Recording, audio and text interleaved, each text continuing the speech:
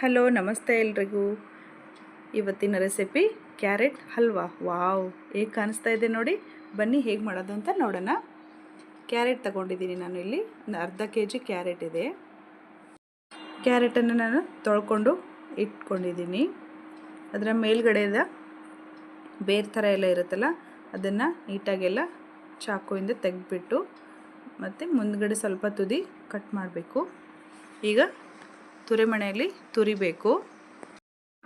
ಎಲ್ಲನೂ ತುರಿದಾದ್ಮೇಲೆ ನಾನೊಂದು ಪಾತ್ರೆಗೆ ಹಾಕ್ಕೊಂಡಿದ್ದೀನಿ. ಅದನ್ನು ಅಳತೆಗೋಸ್ಕರ ನಾನಿಲ್ಲಿ ಒಂದು ಪಾತ್ರೆಗೆ ಅದನ್ನು ಹಾಕ್ಕೊಂಡಿದ್ದೀನಿ. ನಿಮ್ಮ ತುರಿದಿರೋದು ಎಷ್ಟಿರುತ್ತೋ ಅಷ್ಟೊಂದು ದೊಡ್ಡ ಪಾತ್ರೆ ತಗೊಳ್ಳಿ. ಅದನ್ನು ಈಗ ಒಂದು ಕಡಾಯಿಗೆ ಟ್ರಾನ್ಸ್ಫರ್ ಮಾಡಬೇಕು. ಹುರಿಬೇಕು ಅದನ್ನು ಚೆನ್ನಾಗಿ. ನೋಡಿ ಹಾಕಿದ್ದೀನಿ. ಗ್ಯಾಸ್ ಫ್ಲೇಮ್ ಸ್ವಲ್ಪ ಮೀಡಿಯಮ್ ಆಗಿರಲಿ, ತುಂಬ ಜೋರಾಗೇನು ಬೇಡ, ಸೇದು ಹೋಗುತ್ತೆ.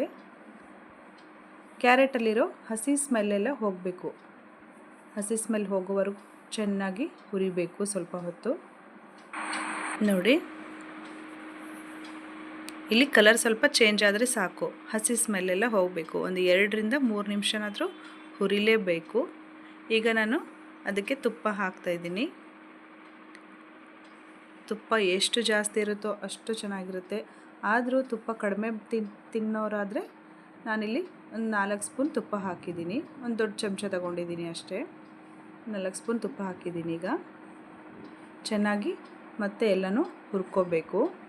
ಇನ್ನೂ ಕೂಡ ತುಂಬ ಚೆನ್ನಾಗಿ ಹುರಿಬೇಕು. ಒಂದು 5 ನಿಮಿಷನಾದರೂ ಹುರಿಲೇಬೇಕು. ಇದನ್ನು ತುಪ್ಪದಲ್ಲಿ ಚೆನ್ನಾಗಿ ಎಲ್ಲನೂ ಮಿಕ್ಸ್ ಆಗಬೇಕು. ಅಂದರೆ ತುಂಬ ಚೆನ್ನಾಗಿರುತ್ತೆ ಟೇಸ್ಟು. ನಾನೊಂದು 5 ನಿಮಿಷ ಹುರಿದಿದ್ದೀನಿ. ನೋಡಿ ಈಗ ಅದಕ್ಕೆ ಸಕ್ಕರೆ ತಗೋಬೇಕು. ನಾವು ಯಾವ ಅಳತೆಯಲ್ಲಿ ಕ್ಯಾರೆಟ್ ತೊಗೊಂಡಿದ್ವೋ ಅದರ ಅರ್ಧದಷ್ಟು, ಅದೇ ಅಳತೆಯಲ್ಲಿ ಅದರ ಅರ್ಧದಷ್ಟು ನಾನು ಸಕ್ಕರೆ ತಗೊಂಡಿದ್ದೀನಿ. ಅಷ್ಟು ಬೇಕು. ಇನ್ನೂ ಸ್ವಲ್ಪ ಕಡಿಮೆ ಸಿಹಿ ತಿನ್ನೋರಾದರೆ ಸ್ವಲ್ಪ ಕಡಿಮೆ ತೊಗೊಂಡ್ರೆ ಪರವಾಗಿಲ್ಲ. ಆದರೆ ಇದು ಕರೆಕ್ಟಾಗಿರುತ್ತೆ ಇಷ್ಟು ಹಾಕಿದ್ರೆ. ಸ್ವೀಟ್ ಕಡಿಮೆ ಆದರೆ ತಿನ್ನೋಕ್ಕೆ ಅಷ್ಟೊಂದು ಚೆನ್ನಾಗಿರೋದಿಲ್ಲ, ಸಪ್ಪೆ ಸಪ್ಪೆ ಅನಿಸುತ್ತೆ. ಇಷ್ಟು ನಾನು ಹಾಕಿದ್ದೀನಿ, ಇಷ್ಟು ಕರೆಕ್ಟಾಗಿ ಬರುತ್ತೆ.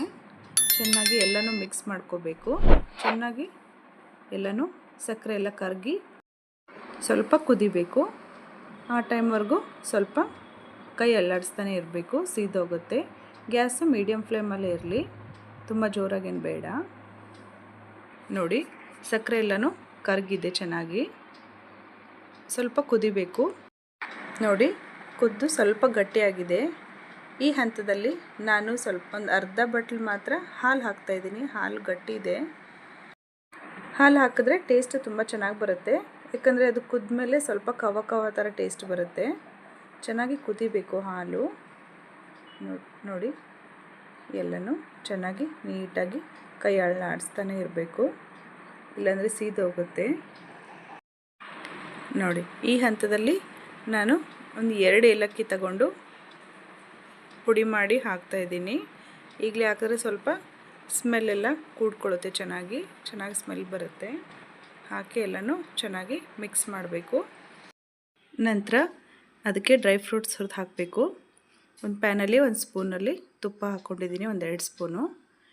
ಗೋಡಂಬಿ, ದ್ರಾಕ್ಷಿ, ಬಾದಾಮಿ ಎಲ್ಲನೂ ಹಾಕಿ ಚೆನ್ನಾಗಿ ನೀಟಾಗಿ ಹುರಿದ್ಬಿಟ್ಟು ಕಡಾಯಿಗೆ ಸೇರಿಸ್ಬೇಕು.